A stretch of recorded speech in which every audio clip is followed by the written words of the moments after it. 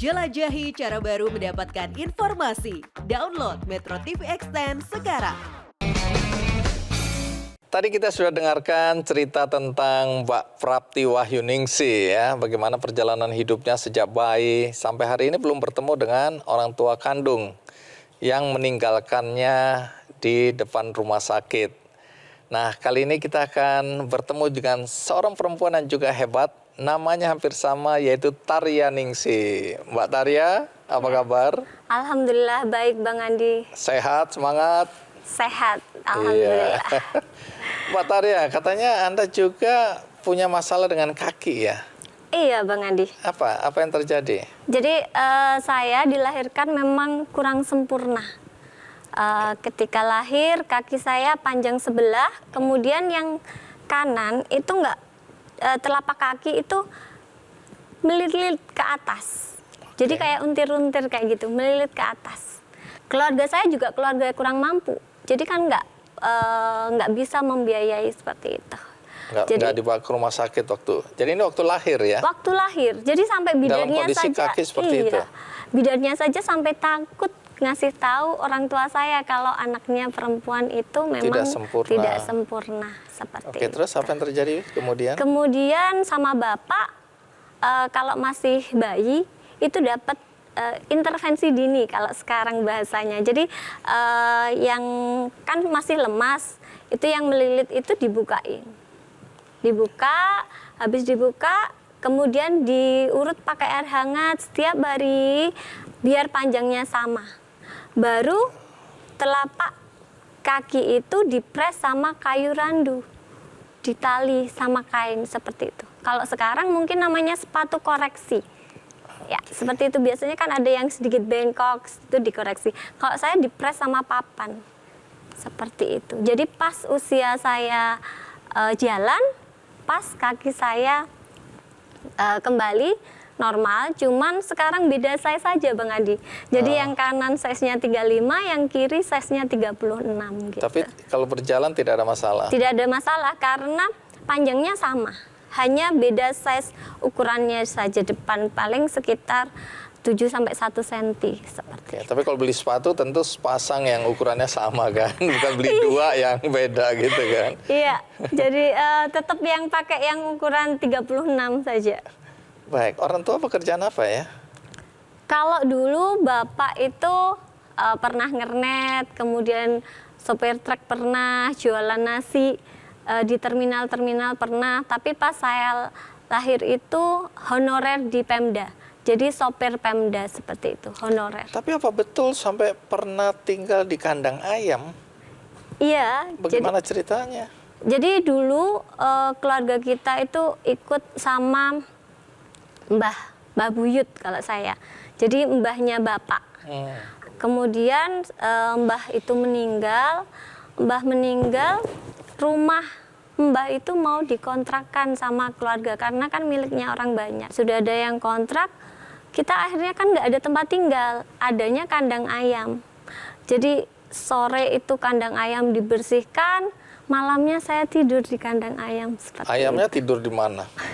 Ayamnya sudah dikurung di luar. Jadi itu yang mungkin sampai sekarang bikin saya agak kena gangguan psikis. Jadi saya seringkali muntah seperti itu, jijik seperti itu. Emang Mbak Tarya berapa bersaudara? Sebenarnya 5, tapi kakak saya yang nomor 1, Nuri Asmawati itu meninggal, sama yang nomor 4 yang Anita itu juga meninggal. Jadi 3. Jadi waktu tinggal di kandang ayam itu berapa orang?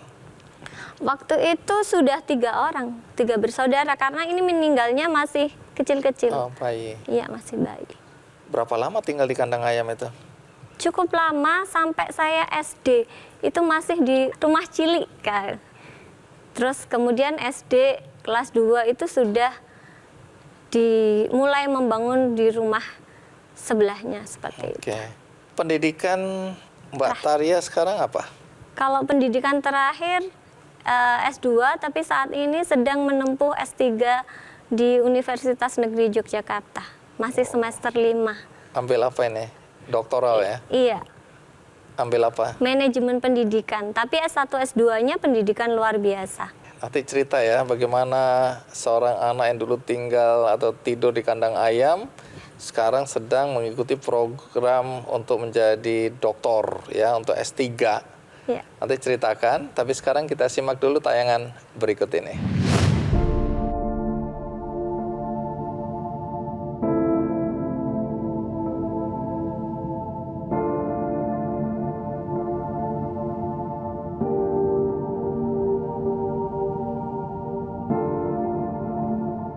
Pengalaman menjadi difabel di masa balita membuat Tarian Ningsih sedikit tahu soal pergulatan batin para penyandang disabilitas. Untuk itu, ia memutuskan untuk dekat dengan para penyandang disabilitas, salah satunya karena ia pernah seperti mereka.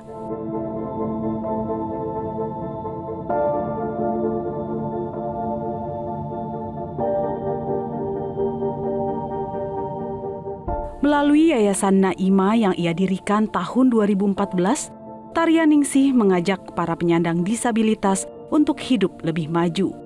Salah satu caranya dengan berwirausaha. Berapa lama? 2 tahun, Pak. 2 tahun. Iya. Gimana aktivitas sehari-hari apa ini? Ya, jaga toko, Kak. Jaga toko. Iya. Jualan apa aja? Jualan gas, peralatan untuk beras, kayak minyak gitu. Ada bordir digital, sablon, menjahit, membatik, salon, catering, serta berbagai keterampilan lainnya. Selain itu, Tarian Ningsih juga membangun perumahan kawasan inklusif bagi para penyandang disabilitas dan kelompok rentan. Perumahan tersebut juga dilengkapi dengan akses yang ramah bagi warga berkebutuhan khusus, sehingga memberikan rasa nyaman dan aman bagi penghuninya. Bahkan 14 unit yang telah dibangun merupakan sebuah perumahan berkonsep tempat tinggal dan sebagai tempat usaha. Perumahan itu telah diresmikan akhir 2019 dan hingga saat ini masih dalam tahap pembangunan. Untuk membangun rumah-rumah di sana, ia memanfaatkan lahan milik pribadinya. Kini 14 unit rumah telah berdiri di kawasan ini, 10 diantaranya telah terisi oleh keluarga penyandang disabilitas. Bagi Tarian Ningsih, pembangunan perumahan itu adalah obat segala bentuk kegagalan yang pernah ia alami di masa lalu. Baginya, para penyandang disabilitas tak cuma butuh keterampilan atau mesin, tetapi mereka juga butuh tempat tinggal dan mandiri.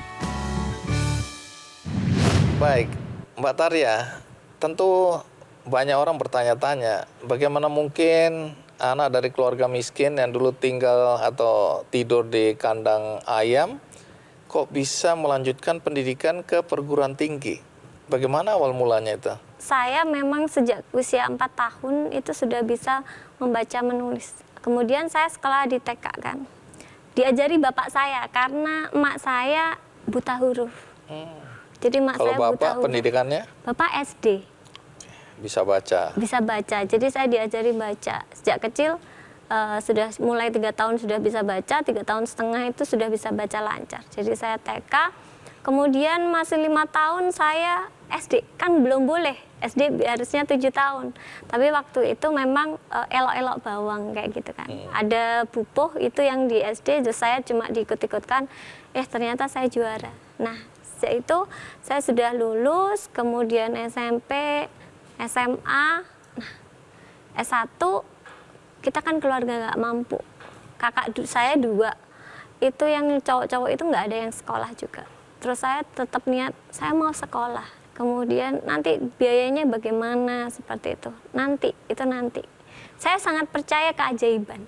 Jadi dari dulu memang saya benar-benar percaya dengan keajaiban Allah. Saya kemudian daftarnya saya pendidikan luar biasa. Tapi waktu SMA sendiri sampai SMA dibiayain oleh orang tua? Dibiayain, waktu itu dibiayain. Masih sanggup ya? Masih Tapi sanggup. ketika minta agar sekolah dilanjutkan, orang tua Nah, keberatan. Ya. Kemudian akhirnya saya kuliah, saya mendapatkan IPK saya tertinggi waktu itu. Jadi saya mendapatkan beasiswa prestasi. S2 pun saya mendapatkan beasiswa P2TK dari kementerian. S3? S3 dari BPI LPDP. Jadi memang saya tidak pernah mengeluarkan biaya kalau untuk kuliah. Tapi Percaya keajaiban. ya, Ya, dan Tuhan memberikan keajaiban itu ya. Ya. Bisa S1 beasiswa, S2 Dua beasiswa, beasiswa, S3 sekarang beasiswa. S3 beasiswa. Baik, nanti cerita ya perjalanan hidup, karena kemudian Taria tadi mencoba dengan segala kemampuan memberdayakan teman-teman penyandang disabilitas ya. Ya. Nah, bagaimana ceritanya nanti sekarang kita rehat sejenak, ikuti terus Ki Candy. Biaya operasional selama ini dari mana ya? Saya hutang Bang Andi. Ngutang. Iya, ada yang bilang juga saya itu seperti lilin. Kenapa? Menerangi orang tapi membakar diri saya sendiri.